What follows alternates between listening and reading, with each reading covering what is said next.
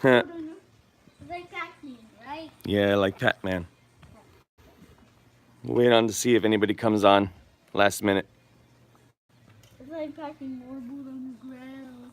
Like packing. Be careful, Sean. Just push it into the ground.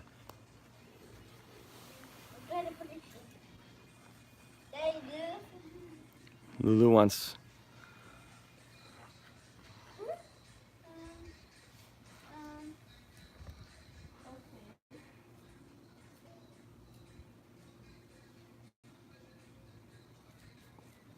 Hey, Luluch. Easy.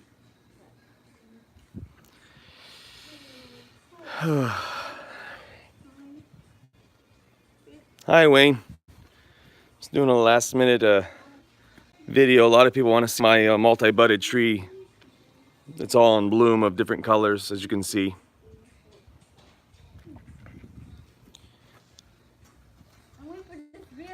Sean's aerating the lawn. Okay, so this right here, I pruned it open so I can walk in, into the tree and pick from inside the tree instead of walking around it like this. So I could just walk right in the middle of the tree and pick what I want. This one here is a Babcock peach. You see the pink flowers? Yeah. And this one here is the Santa Rosa plum. This one here is the royal or what? Anybody still there? Oh. Well, shoot. Lulu, stop it. Stop. Don't get it like this dog. Her like this everywhere. Okay, if it's still recording, I'm going to still keep going. I don't know what happened with that connection right there. So once again, really quick, it's a Babcock peach. Oof. Lulu, come here. Lulu, stop eating up the grass. That's a Babcock peach, Santa Rosa plum. What happened, Wayne? Did it just cut out or what? I don't know what happened. Whatever. Okay, Babcock peach, Santa Rosa plum, Bellum apricot, and the Fantasia nectarine right here. All in one. On black walnut rootstock. So I'm not waiting for a lot of people to come online. They go watch later. This is the Saturn peach, or the donut peach, the one that everybody liked. So just showing you live that it is that bright and vibrant. What else is flowering? This is the Flavor Grenade Pluot. This is a greenish, yellowish pluot. When you bite into it, it's called a grenade for a reason because it's an explosion of flavor. It's amazing. I'll do a close-up of the flowers to see what they are. I don't want to bother the bees. Still there, Wayne? Is it still good or is it breaking up a lot? And this is the Dapple Dandy Pluot. This is the first, I believe, the first variety of pluot ever created by. It's produced. I mean, just look at. We'll have. I mean, obviously, I'm gonna. But this brand probably produced 20 pluots, which is not. Oh. You found a weed? Okay. Let's see. Here's the asparagus still going. You can see how thick the stalks are. Why is it so deep in the ground? What's deep in the ground? The weeds. My apples are still dormant, honey. The sapotes are doing good, the white sapotes. These are from South America. I thought they were from Central Mexico, these plants, but they are actually from South America. So there's one flower cluster. of they call it custard apple or white zapote, or there's all these different types of names. Lulu pile lately. Lulu, get out of there. Blueberries are doing really well. This is Subel zapote. Dad, pick it out with a carrot. The what? Carrot. A carrot. That's not. I think it's onion. Okay, good. Onions. Avocado's doing really well. Let me try to find an open flower. One moment.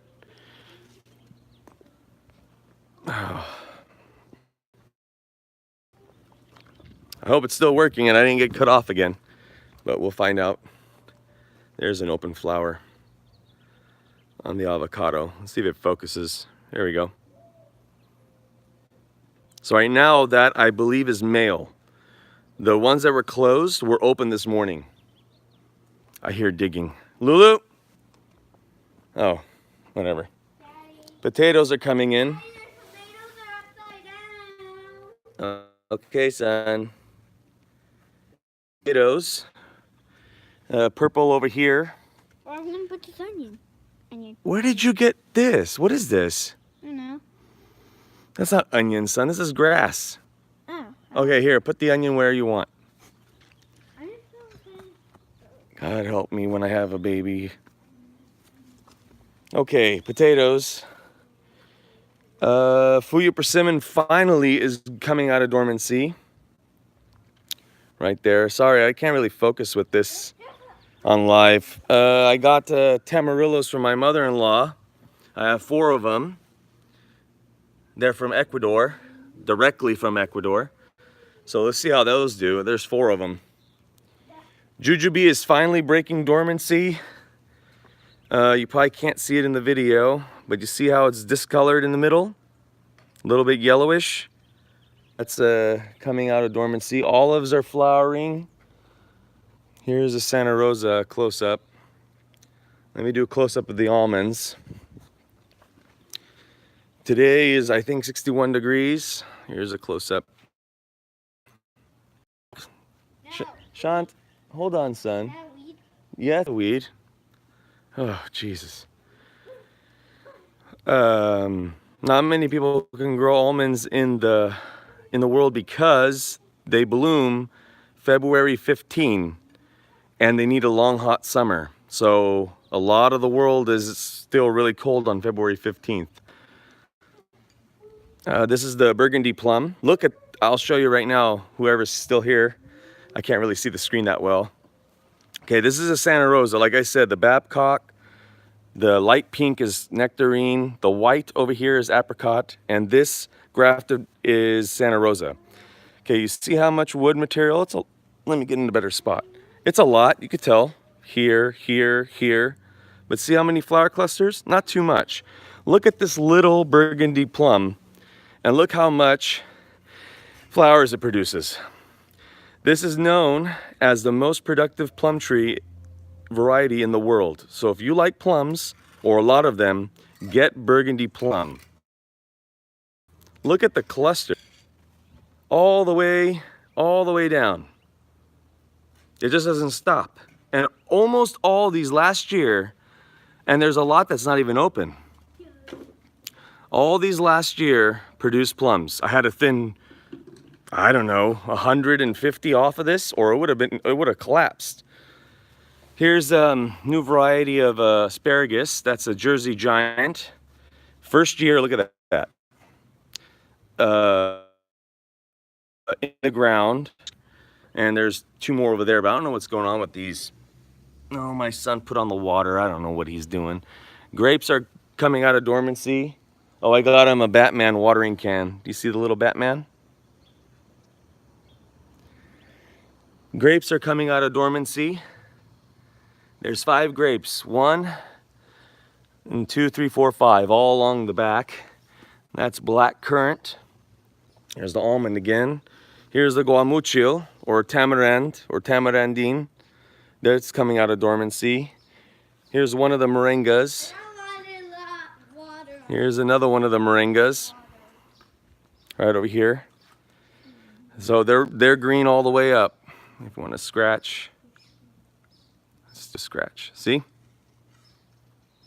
All the way up. Too busy. I just can't really reach that high to film, but the moringas made it through the winter. That's awesome. So there's the, I think you call it Donjour pear. I don't know how to pronounce it, but this variety compared to the Bartlett pear is a lot more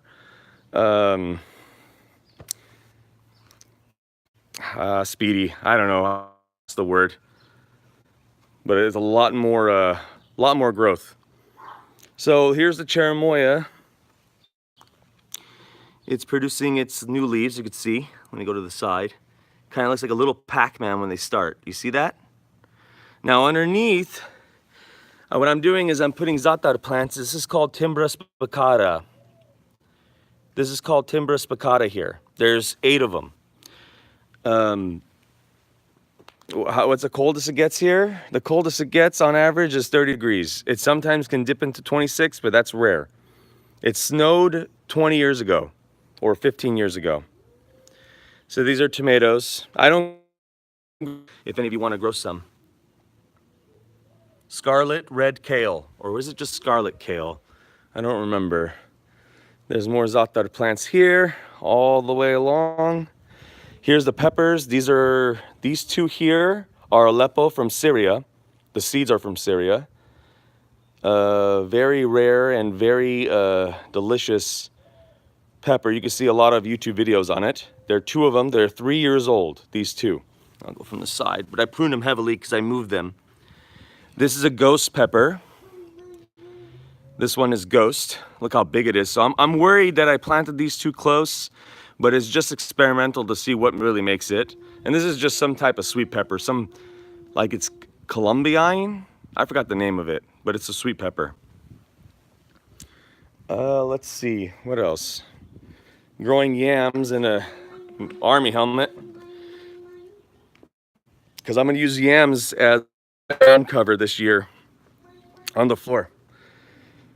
The 4-in-1 apple is doing really well. I painted it completely. This Fuji, yellow transparent, honey crisp, and gala. And here's the blueberries. One moment. Here's your blueberries right there. I have 8 of these plants, and they're all doing well. Now I'm gonna do a video coming up pretty soon here. This is the misty variety. Timbra spicata, the flower you saw underneath the cherimoya. Marjoram, there's oregano, and there's summer savory, which is also alkaline. Here's my zaatar plant. This grows by seed everywhere. This is not meant to be here. I'm just growing it so I could transplant it somewhere else. But the point of that is, this wants soil that's 8.0 alkaline. This wants 4.5 alkaline. They're right next to each other. When you put a thick layer of wood chips, everything comes into balance where everything can live amongst each other. Marjoram wants 8.0, I believe, or 7.5. So everything's balanced. You can see from here. So I'll have sage next to blueberries. I'll have sage next to camellias.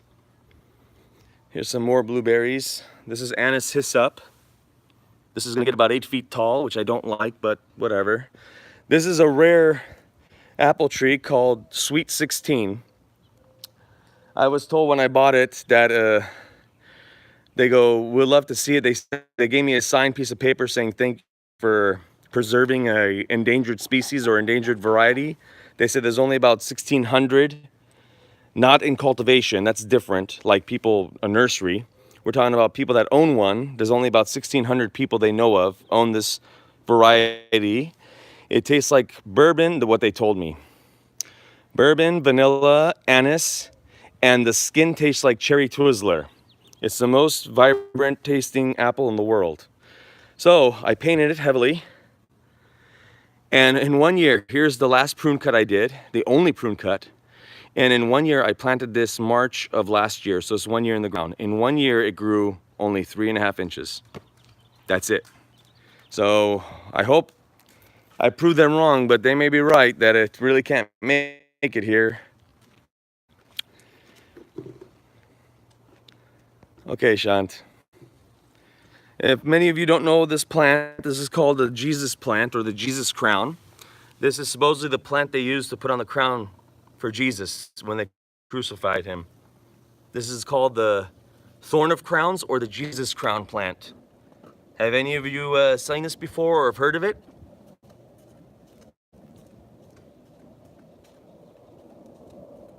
And there's a red currant. I haven't planted it yet. I don't know where I'm gonna plant it. I'm running out of space. I kind of want to follow, there's a guy in Tampa, Florida. His name's Pete K. He has a YouTube channel, a food forest. Yeah, Wayne, crown of thorns. You've heard that plant before then. I'm as well, as you can see, I have a lot of ground cover or shrubs, but he is really about. I need more ingredients. You guys still with me? Hello, anybody there? I think it's going in and out of the Wi-Fi and the cellular, and that's what happens. Okay, you guys still there? Good. Okay, so you can watch a lot of YouTube videos on the Sweet 16. Here's the raspberry heritage. I planted one plant there, and you could obviously tell it goes everywhere. It even went all the way out here. I dug it out, of course, and I moved it over here, the root. But, you know, it's my son's favorite plant. There's one of the tamarillos was right next to the red raspberry. There's one tomato tree, if you've never heard of it before. There's another one. And another one. Environment here. And that's what I'm after. I'm going to be planting these yams or sweet potatoes, basically same thing. So in the summer, they just produce vines everywhere, and they're edible vines. I've eaten them. They taste really good, almost like spinach, but not as good. But you have to cook them. They produce that latex thing that the fig tree can produce. That fig tree right here. And I also put Timbra spicata here too. 1, 2, 3, and then there's 8 of them around this avocado. But yeah, the avocado is really pretty. Really interesting plant. And you shouldn't, and there's the zutano right here. I'm only keeping it that high just to produce flowers to pollinate this Mexicola. I just want extra help. But leaves still looking really good. They're not as big as they should be. Oh, I think my sister just came and they have a little dog, and that's Lulu's best friend if you hear Lulu barking. Let's see, anything else you guys want to see? There's the sea berries. If you guys never heard of sea buckthorn or sea berries, moringa is the most nutritional. But sea berry in concentration. But sea berry has the most nutritional value of any plant in the world right now. 190 nutrients within its leaves and berries. 190 nutrients. And there's Star of Altai, female. This is Orange Energy. This produces the most sea berries in the variety in the world. They call it Orange Energy because the whole tree will turn orange instead of green. You more. And this is the lucky male to pollinate these two. And there's some more. See how I'm doing the Timbra spicata? Right here, the spike thyme. How you eat this is zaatar for salad. How you eat this, you only pop off that. That's all you can eat. You can't eat the rest of the plant. You only can eat the tips. The rest of the plant has tough stems. I don't really want to eat it right now because it's really spicy. But I put it under my fruit trees to help conserve water. But sorry for the plane overhead. But I need to have a bigger ground cover. Anybody want to see something else? Or purple tree collards in flower? Pomegranates. Here's the purple tree collard. I already did a video of it, but here's purple tree collard. Is the mustard greens. As you can see, I already did a video. I don't know if I uploaded it yet or not. As you can see, it's always in shade. It's never in the sun. Yet green material. This is 1.5 foot of wood chips in this area. I'll go to the persimmon again right now, but they just about broke. The Fuyu persimmon just about broke leaf production. But let me show you how bright green in complete shade these leaves are. Almost glowing. So you don't need full sun for everything. You know, you just need great soil. The compost pile is going heavy, and I think the dog's gonna come out here. Great. Okay, let me go to the Fuyu persimmon. Here's blackberry. That's new, so it's flowering. I haven't seen this before. Goji berry, right here. More blueberries. 1, 2, 3. And here's the Fuyu persimmon. I'll show it again. There's the leafing out, just barely. It's just barely leafing out, and I'm just glad I have this tree still. This tree has gone through so much. This is my first tree I ever planted in this backyard, and you wouldn't think it because of how much been attacked. Raccoons. Then last year, I don't know why it almost died. I don't know what happened with it. There's a lot more plants I have, but anything else that you guys would like to see? Let's see, Cherimoy, we already saw that. Working on my roof. Here's Okinawa spinach. The sumac plant is see what squirrels do? I have a squirrel problem, always have. The sumac plant is coming out of dormancy. Very tart berries. It's Okinawa spinach, the purple. This is edible without cooking. It's sweet and less and better tasting than its cousin, the Vietnamese spinach or longevity spinach. This is, you can still eat it, but it's not as good tasting, but the tips are pretty. You see how bright that is? Here's the dwarf grape. Coming up about that. I'm not going to talk about that right now. I'll just post a video soon. Here's a lime. Here's that big my seedling that I always save, the big parsley leaves. Look at that one leaf. And there's probably one bigger than this. Isn't that amazing? Been saving this type of seed for 5 years and picking the best of the best for production and taste. This tastes like sugar. If you eat this leaf, which I will right now, like sugar. It tastes like sugar with parsley mixed. Not bitter at all. Thanks, my Central persimmon trees woke up pretty early this year here in Houston. How's Houston right now? Another parsley. This is my pink lady. This is Honey Crisp that I grafted. Where's the graft? Right here.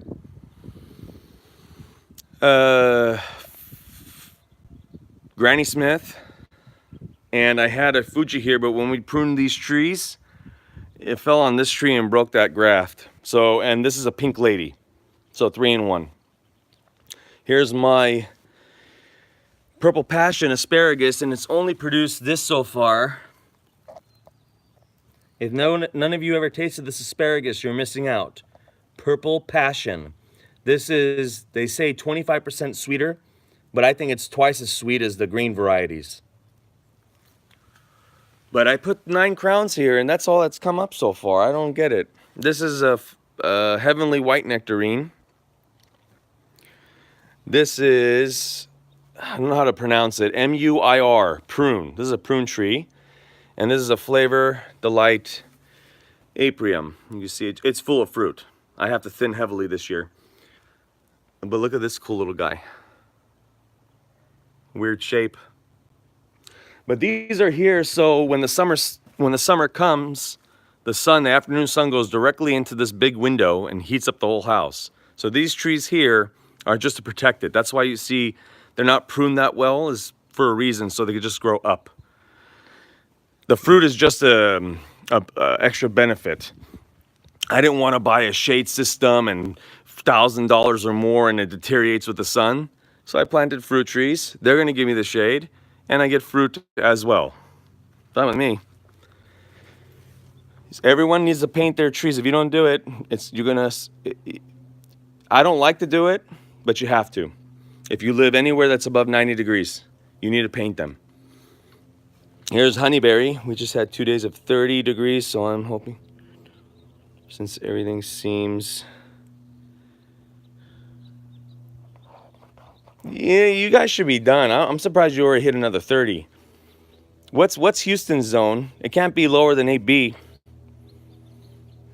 Is it 8B or 9A? Or I thought it was 9B. This is honeyberry, borealis.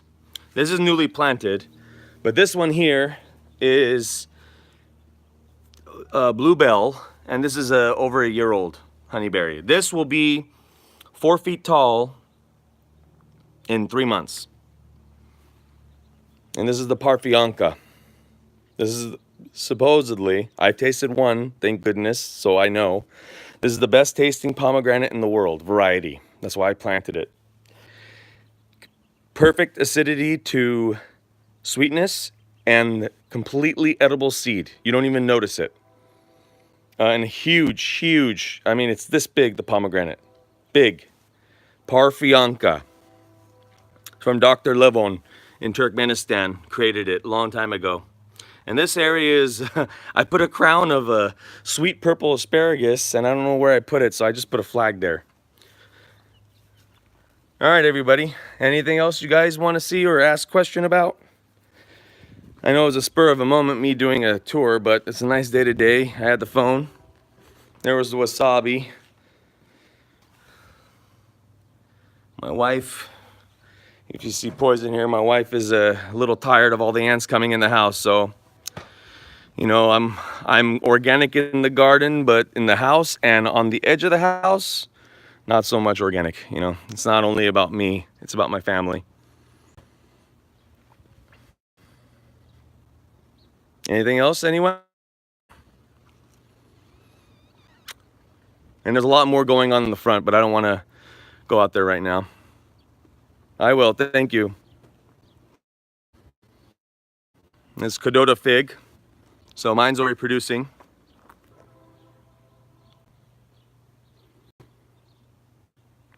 Okay, sorry about that again. I'll show the Cadota fig, and that might be it for today. I probably lost a few because of that cutoff. But anyway, so Cadota fig producing a good size amount of figs already. You guys are worried about... All right, well, I'll just stand here. I think if I'm going too far, I put this on Wi-Fi instead of cellular. So lesson learned, I won't do that. If I'm going away from my router too far, it's cutting it off. So I apologize for that. I'm assuming you guys are still there. And I saw a question from Sarah. Have you had any problems with peach leaf curl? I have never had a problem with peach leaf curl, ever. Now, I'm not saying that to be egotistical. I'm saying that I believe it's because of the way I'm gardening. I have people coming to my house when I do tours, family members or friends, and they go right over here to my multi-budded, the white and pink flowers and stuff, to my multi-budded tree, which has, you know, peach and nectarine, and my almond and this peach. Every single leaf is perfect. Now, I have had a problem with leaves on the nectarine, the Fantasia, but I think it was due to borers. If you remember that video, I did a video on, I found borer holes in that nectarine. But with the leaf, I never had a problem. I haven't sprayed liquid copper in over 2 years, I believe. It's been 2 years. My opinion with peach leaf curl is using chemical fertilizer. Anywhere I go to help with people's trees, they put pounds of chemical fertilizers in their backyard or in their garden.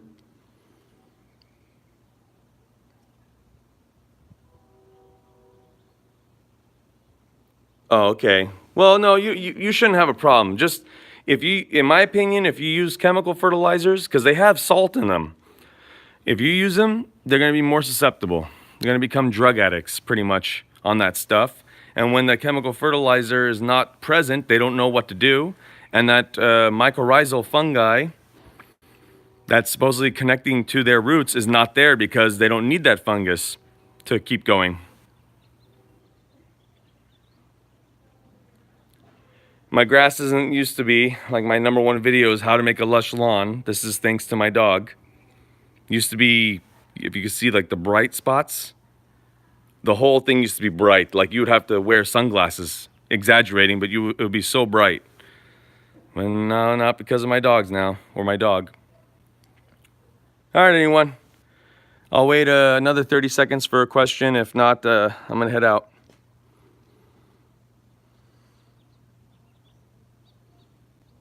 Here's some longevity spinach cuttings.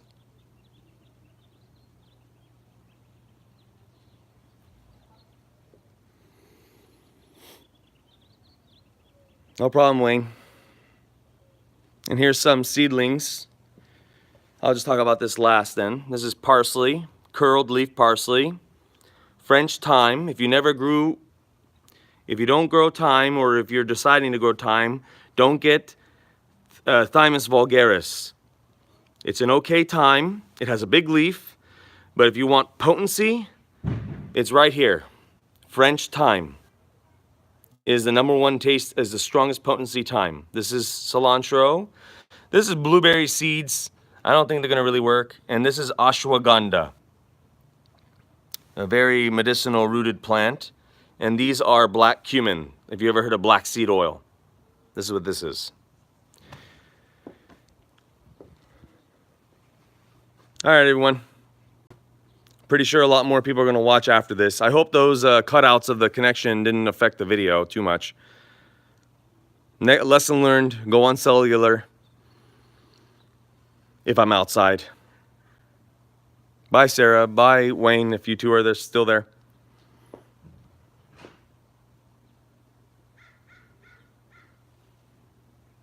And happy gardening, everyone. Bye. Oh, hi, Em. Great, that's good to hear. And I'm going to respond to your question. You did a question about garlic. I'm going to respond to it right after this. All right, everyone. Happy gardening.